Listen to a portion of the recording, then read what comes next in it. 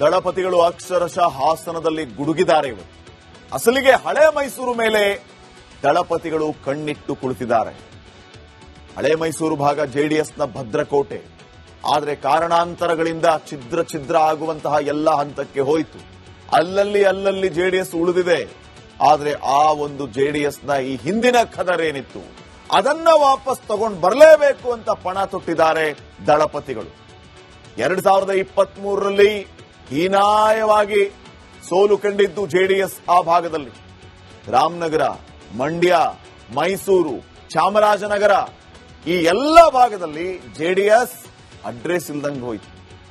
ಹಾಸನ, ಕೊಡಗು, ಕೋಲಾರ, ಚಿಕ್ಕಬಳ್ಳಾಪುರ, ತುಮಕೂರುವರೆಗೂ ಈ ಎಲ್ಲ ಭಾಗಗಳನ್ನ ಒಳಗೊಂಡು ಹಳೆ ಮೈಸೂರು. ಆ ಹಳೆ ಮೈಸೂರಿಗೆ ಅಧಿಪತಿಗಳು ಈ ದಳಪತಿಗಳಾಗಿದ್ದರು. ಆದ್ರೆ ಈಗ ಪರಿಸ್ಥಿತಿ ಆ ರೀತಿ ಇಲ್ಲ. ಸೊ ಮೊದಲಿನ ವಾತಾವರಣವನ್ನ ಖಂಡಿತವಾಗಿಯೂ ಹಳೆ ಮೈಸೂರಿನಲ್ಲಿ ನಾವು ಕಂಡುಕೊಳ್ಳೇಬೇಕು ಅಂತ ಹೇಳಿ ದಳಪತಿಗಳು ಪಣ ತೊಟ್ಟಿದ್ದಾರೆ.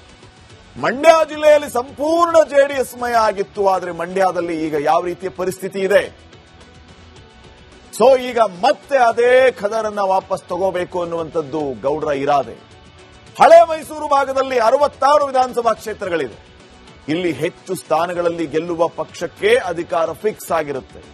ಹಳೆ ಮೈಸೂರು ಭಾಗದಲ್ಲಿ ಒಕ್ಕಲಿಗ ಸಮುದಾಯ ಹೆಚ್ಚಾಗಿದೆ. ಒಕ್ಕಲಿಗರು ಹೆಚ್ಚಿರುವ ಕೋಟೆ ಜೆಡಿಎಸ್ ಅಧೀನದಲ್ಲಿತ್ತು. ಆದರೆ 2023ರಲ್ಲಿ ಜೆಡಿಎಸ್ ಕೋಟೆ ಛಿದ್ರ ಮಾಡಿದ್ದು ಇದೇ ಕಾಂಗ್ರೆಸ್ ಪಡೆ.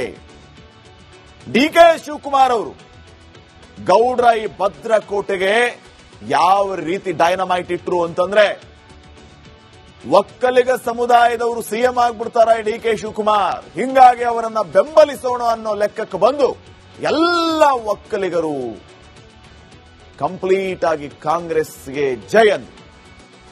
ಲೋಕಸಭೆ ಚುನಾವಣೆಯಲ್ಲಿ ಹಾಸನವೂ ಕೂಡ ಜೆಡಿಎಸ್ನ ಕೈ ತಪ್ಪಿತು. 2023ರ ಚುನಾವಣೆಯಲ್ಲಿ ಕೇವಲ 19 ಸ್ಥಾನಗಳನ್ನು ಗೆದ್ದಿರೋದು ಜೆಡಿಎಸ್. ಡಿಕೆ ಶಿವಕುಮಾರ್ ಮುಖ್ಯಮಂತ್ರಿ ಆಗ್ತಾರಂತ ಕಾಂಗ್ರೆಸ್ನ ಕೈ ಹಿಡಿದಿದ್ದು ಒಕ್ಕಲಿಗರು. 2028ರಲ್ಲಿ ದಳಕ್ಕೆ ಆ ಸ್ಥಿತಿ ಬರಬಾರದು ಅಂತಿದ್ದಾರೆ ದೇವೇಗೌಡರು. ಅದೇ ಕಾರಣಕ್ಕೆ ಶಕ್ತಿಯನ್ನ ವೃದ್ಧಿ ಮಾಡಿಕೊಳ್ಳೋದಕ್ಕೆ ಜೆಡಿಎಸ್ ಈಗ ಮುಂದಾಗಿದೆ. ಹಾಸನದ ಮೂಲಕ ರಣಕಹಳೆಯನ್ನ ಗೌಡ್ರು ಊದಿದ್ದಾರೆ. ಹಳೆ ಮೈಸೂರು ಭಾಗದಲ್ಲಿ ಮತ್ತೆ ಯಾವ ರೀತಿಯ ಛಾಪನ್ನ ಗೌಡ್ರು ಮೂಡಿಸ್ತಾರೆ, ದಳಪತಿಗಳನ್ನ ಕೈ ಹಿಡಿಯುವ ಕೆಲಸ ಮತ್ತೆ ಒಕ್ಕಲಿಗ ಸಮುದಾಯದಿಂದ, ಬಹಳ ಮುಖ್ಯವಾಗಿ ಹಳೆ ಮೈಸೂರು ಭಾಗದ ಜನರಿಂದ ಆಗುತ್ತಾ ಕಾದ್ನೋ. ನೆಕ್ಸ್ಟ್, ದಳಪತಿಗಳು ಅಕ್ಷರಶಃ ಹಾಸನದಲ್ಲಿ ಗುಡುಗಿದ್ದಾರೆ ಇವತ್ತು. ಅಸಲಿಗೆ ಹಳೆ ಮೈಸೂರು ಮೇಲೆ ದಳಪತಿಗಳು ಕಣ್ಣಿಟ್ಟು ಕುಳಿತಿದ್ದಾರೆ. ಹಳೆ ಮೈಸೂರು ಭಾಗ ಜೆಡಿಎಸ್ನ ಭದ್ರಕೋಟೆ. ಆದರೆ ಕಾರಣಾಂತರಗಳಿಂದ ಛಿದ್ರ ಆಗುವಂತಹ ಎಲ್ಲ ಹಂತಕ್ಕೆ ಹೋಯಿತು. ಅಲ್ಲಲ್ಲಿ ಜೆಡಿಎಸ್ ಉಳಿದಿದೆ. ಆದರೆ ಆ ಒಂದು ಜೆಡಿಎಸ್ನ ಈ ಹಿಂದಿನ ಖದರೇನಿತ್ತು ಅದನ್ನ ವಾಪಸ್ ತಗೊಂಡು ಬರಲೇಬೇಕು ಅಂತ ಪಣ ತೊಟ್ಟಿದ್ದಾರೆ ದಳಪತಿಗಳು. 2023ರಲ್ಲಿ ಹೀನಾಯವಾಗಿ ಸೋಲು ಕಂಡಿದ್ದು ಜೆಡಿಎಸ್ ಆ ಭಾಗದಲ್ಲಿ. ರಾಮನಗರ, ಮಂಡ್ಯ, ಮೈಸೂರು, ಚಾಮರಾಜನಗರ ಈ ಎಲ್ಲ ಭಾಗದಲ್ಲಿ ಜೆಡಿಎಸ್ ಅಡ್ರೆಸ್ ಇಲ್ದಂಗೆ ಹೋಯಿತು. ಹಾಸನ, ಕೊಡಗು, ಕೋಲಾರ, ಚಿಕ್ಕಬಳ್ಳಾಪುರ, ತುಮಕೂರುವರೆಗೂ ಈ ಎಲ್ಲ ಭಾಗಗಳನ್ನ ಒಳಗೊಂಡು ಹಳೆ ಮೈಸೂರು. ಆ ಹಳೆ ಮೈಸೂರಿಗೆ ಅಧಿಪತಿಗಳು ಈ ದಳಪತಿಗಳಾಗಿದ್ದರು. ಆದರೆ ಈಗ ಪರಿಸ್ಥಿತಿ ಆ ರೀತಿ ಇಲ್ಲ. ಸೊ ಮೊದಲಿನ ವಾತಾವರಣವನ್ನ ಖಂಡಿತವಾಗಿಯೂ ಹಳೆ ಮೈಸೂರಿನಲ್ಲಿ ನಾವು ಕಂಡುಕೊಳ್ಳೇಬೇಕು ಅಂತ ಹೇಳಿ ದಳಪತಿಗಳು ಪಣ ತೊಟ್ಟಿದ್ದಾರೆ. ಮಂಡ್ಯ ಜಿಲ್ಲೆಯಲ್ಲಿ ಸಂಪೂರ್ಣ ಜೆಡಿಎಸ್ ಮಯ ಆಗಿತ್ತು. ಆದರೆ ಮಂಡ್ಯದಲ್ಲಿ ಈಗ ಯಾವ ರೀತಿಯ ಪರಿಸ್ಥಿತಿ ಇದೆ? ಸೊ ಈಗ ಮತ್ತೆ ಅದೇ ಖದರನ್ನ ವಾಪಸ್ ತಗೋಬೇಕು ಅನ್ನುವಂಥದ್ದು ಗೌಡ್ರ ಇರಾದೆ. ಹಳೆ ಮೈಸೂರು ಭಾಗದಲ್ಲಿ 66 ವಿಧಾನಸಭಾ ಕ್ಷೇತ್ರಗಳಿದೆ. ಇಲ್ಲಿ ಹೆಚ್ಚು ಸ್ಥಾನಗಳಲ್ಲಿ ಗೆಲ್ಲುವ ಪಕ್ಷಕ್ಕೆ ಅಧಿಕಾರ ಫಿಕ್ಸ್ ಆಗಿರುತ್ತೆ. ಹಳೆ ಮೈಸೂರು ಭಾಗದಲ್ಲಿ ಒಕ್ಕಲಿಗ ಸಮುದಾಯ ಹೆಚ್ಚಾಗಿದೆ. ಒಕ್ಕಲಿಗರು ಹೆಚ್ಚಿರುವ ಕೋಟೆ ಜೆಡಿಎಸ್ ಅಧೀನದಲ್ಲಿತ್ತು. ಆದರೆ 2023ರಲ್ಲಿ ಜೆಡಿಎಸ್ ಕೋಟೆ ಛಿದ್ರ ಮಾಡಿದ್ದು ಇದೇ ಕಾಂಗ್ರೆಸ್ ಪಡೆ. ಡಿಕೆ ಶಿವಕುಮಾರ್ ಅವರು ಗೌಡ್ರ ಈ ಭದ್ರಕೋಟೆಗೆ ಯಾವ ರೀತಿ ಡೈನಮೈಟ್ ಇಟ್ರು ಅಂತಂದ್ರೆ, ಒಕ್ಕಲಿಗ ಸಮುದಾಯದವರು ಸಿಎಂ ಆಗ್ಬಿಡ್ತಾರ ಡಿ ಕೆ ಶಿವಕುಮಾರ್, ಹಿಂಗಾಗಿ ಅವರನ್ನ ಬೆಂಬಲಿಸೋಣ ಅನ್ನೋ ಲೆಕ್ಕಕ್ಕೆ ಬಂದು ಎಲ್ಲ ಒಕ್ಕಲಿಗರು ಕಂಪ್ಲೀಟ್ ಆಗಿ ಕಾಂಗ್ರೆಸ್ಗೆ ಜಯನ್. ಲೋಕಸಭೆ ಚುನಾವಣೆಯಲ್ಲಿ ಹಾಸನವೂ ಕೂಡ ಜೆಡಿಎಸ್ನ ಕೈ ತಪ್ಪಿತು. 2023ರ ಚುನಾವಣೆಯಲ್ಲಿ ಕೇವಲ 19 ಸ್ಥಾನಗಳನ್ನು ಗೆದ್ದಿರೋದು ಜೆಡಿಎಸ್.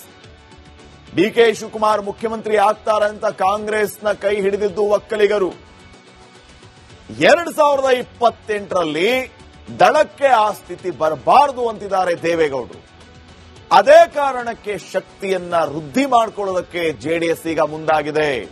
ಹಾಸನದ ಮೂಲಕ ರಣಕಹಳೆಯನ್ನ ಗೌಡ್ರು ಊದಿದ್ದಾರೆ. ಹಳೆ ಮೈಸೂರು ಭಾಗದಲ್ಲಿ ಮತ್ತೆ ಯಾವ ರೀತಿಯ ಛಾಪನ್ನ ಗೌಡ್ರು ಮೂಡಿಸ್ತಾರೆ, ದಳಪತಿಗಳನ್ನ ಕೈ ಹಿಡಿಯುವ ಕೆಲಸ ಮತ್ತೆ ಒಕ್ಕಲಿಗ ಸಮುದಾಯದಿಂದ, ಬಹಳ ಮುಖ್ಯವಾಗಿ ಹಳೆ ಮೈಸೂರು ಭಾಗದ ಜನರಿಂದ ಆಗುತ್ತಾ ಕಾದ್ನೋ. ನೆಕ್ಸ್ಟ್, ದಳಪತಿಗಳು ಅಕ್ಷರಶಃ ಹಾಸನದಲ್ಲಿ ಗುಡುಗಿದ್ದಾರೆ. ಇವತ್ತು ಅಸಲಿಗೆ ಹಳೆ ಮೈಸೂರು ಮೇಲೆ ದಳಪತಿಗಳು ಕಣ್ಣಿಟ್ಟು ಕುಳಿತಿದ್ದಾರೆ. ಹಳೆ ಮೈಸೂರು ಭಾಗ ಜೆಡಿಎಸ್ನ ಭದ್ರಕೋಟೆ.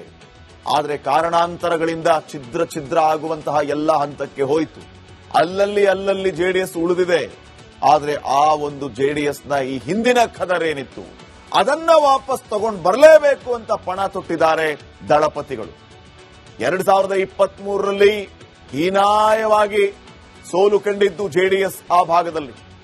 ರಾಮನಗರ, ಮಂಡ್ಯ, ಮೈಸೂರು, ಚಾಮರಾಜನಗರ ಈ ಎಲ್ಲ ಭಾಗದಲ್ಲಿ ಜೆಡಿಎಸ್ ಅಡ್ರೆಸ್ ಇಲ್ದಂಗೆ ಹೋಯಿತು.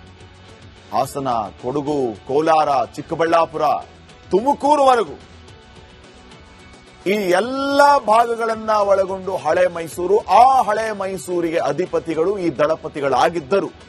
ಆದರೆ ಈಗ ಪರಿಸ್ಥಿತಿ ಆ ರೀತಿ ಇಲ್ಲ. ಸೊ ಮೊದಲಿನ ವಾತಾವರಣವನ್ನ ಖಂಡಿತವಾಗಿಯೂ ಹಳೆ ಮೈಸೂರಿನಲ್ಲಿ ನಾವು ಕಂಡುಕೊಳ್ಳೇಬೇಕು ಅಂತ ಹೇಳಿ ದಳಪತಿಗಳು ಪಣ ತೊಟ್ಟಿದ್ದಾರೆ. ಮಂಡ್ಯ ಜಿಲ್ಲೆಯಲ್ಲಿ ಸಂಪೂರ್ಣ ಜೆಡಿಎಸ್ ಮಯ ಆಗಿತ್ತು. ಆದರೆ ಮಂಡ್ಯದಲ್ಲಿ ಈಗ ಯಾವ ರೀತಿಯ ಪರಿಸ್ಥಿತಿ ಇದೆ? ಸೊ ಈಗ ಮತ್ತೆ ಅದೇ ಖದರನ್ನ ವಾಪಸ್ ತಗೋಬೇಕು ಅನ್ನುವಂಥದ್ದು ಗೌಡ್ರ ಇರಾದೆ. ಹಳೆ ಮೈಸೂರು ಭಾಗದಲ್ಲಿ 66 ವಿಧಾನಸಭಾ ಕ್ಷೇತ್ರಗಳಿದೆ. ಇಲ್ಲಿ ಹೆಚ್ಚು ಸ್ಥಾನಗಳಲ್ಲಿ ಗೆಲ್ಲುವ ಪಕ್ಷಕ್ಕೆ ಅಧಿಕಾರ ಫಿಕ್ಸ್ ಆಗಿರುತ್ತೆ. ಹಳೆ ಮೈಸೂರು ಭಾಗದಲ್ಲಿ ಒಕ್ಕಲಿಗ ಸಮುದಾಯ ಹೆಚ್ಚಾಗಿದೆ. ಒಕ್ಕಲಿಗರು ಹೆಚ್ಚಿರುವ ಕೋಟೆ ಜೆಡಿಎಸ್ ಅಧೀನದಲ್ಲಿತ್ತು. ಆದರೆ 2023ರಲ್ಲಿ ಜೆಡಿಎಸ್ ಕೋಟೆ ಛಿದ್ರ ಮಾಡಿದ್ದು ಇದೇ ಕಾಂಗ್ರೆಸ್ ಪಡೆ. ಡಿ ಕೆ ಶಿವಕುಮಾರ್ ಅವರು ಗೌಡ್ರ ಈ ಭದ್ರಕೋಟೆಗೆ ಯಾವ ರೀತಿ ಡೈನಮೈಟ್ ಇಟ್ರು ಅಂತಂದ್ರೆ, ಒಕ್ಕಲಿಗ ಸಮುದಾಯದವರು ಸಿಎಂ ಆಗ್ಬಿಡ್ತಾರ ಡಿ ಕೆ ಶಿವಕುಮಾರ್, ಹಿಂಗಾಗಿ ಅವರನ್ನ ಬೆಂಬಲಿಸೋಣ ಅನ್ನೋ ಲೆಕ್ಕಕ್ಕೆ ಬಂದು ಎಲ್ಲ ಒಕ್ಕಲಿಗರು ಕಂಪ್ಲೀಟ್ ಆಗಿ ಕಾಂಗ್ರೆಸ್ಗೆ ಜಯನ್. ಲೋಕಸಭೆ ಚುನಾವಣೆಯಲ್ಲಿ ಹಾಸನವೂ ಕೂಡ ಜೆಡಿಎಸ್ನ ಕೈ ತಪ್ಪಿತು. 2023ರ ಚುನಾವಣೆಯಲ್ಲಿ ಕೇವಲ 19 ಸ್ಥಾನಗಳನ್ನು ಗೆದ್ದಿರೋದು ಜೆಡಿಎಸ್. ಡಿ ಕೆ ಶಿವಕುಮಾರ್ ಮುಖ್ಯಮಂತ್ರಿ ಆಗ್ತಾರಂತ ಕಾಂಗ್ರೆಸ್ನ ಕೈ ಹಿಡಿದಿದ್ದು ಒಕ್ಕಲಿಗರು. 2028ರಲ್ಲಿ ದಳಕ್ಕೆ ಆ ಸ್ಥಿತಿ ಬರಬಾರದು ಅಂತಿದ್ದಾರೆ ದೇವೇಗೌಡರು. ಅದೇ ಕಾರಣಕ್ಕೆ ಶಕ್ತಿಯನ್ನ ವೃದ್ಧಿ ಮಾಡಿಕೊಳ್ಳೋದಕ್ಕೆ ಜೆಡಿಎಸ್ ಈಗ ಮುಂದಾಗಿದೆ. ಹಾಸನದ ಮೂಲಕ ರಣಕಹಳೆಯನ್ನ ಗೌಡ್ರು ಊದಿದ್ದಾರೆ. ಹಳೆ ಮೈಸೂರು ಭಾಗದಲ್ಲಿ ಮತ್ತೆ ಯಾವ ರೀತಿಯ ಛಾಪನ್ನ ಗೌಡ್ರು ಮೂಡಿಸ್ತಾರೆ, ದಳಪತಿಗಳನ್ನ ಕೈ ಹಿಡಿಯುವ ಕೆಲಸ ಮತ್ತೆ ಒಕ್ಕಲಿಗ ಸಮುದಾಯದಿಂದ, ಬಹಳ ಮುಖ್ಯವಾಗಿ ಹಳೆ ಮೈಸೂರು ಭಾಗದ ಜನರಿಂದ ಆಗುತ್ತಾ ಕಾದ್ನೋ. ನೆಕ್ಸ್ಟ್,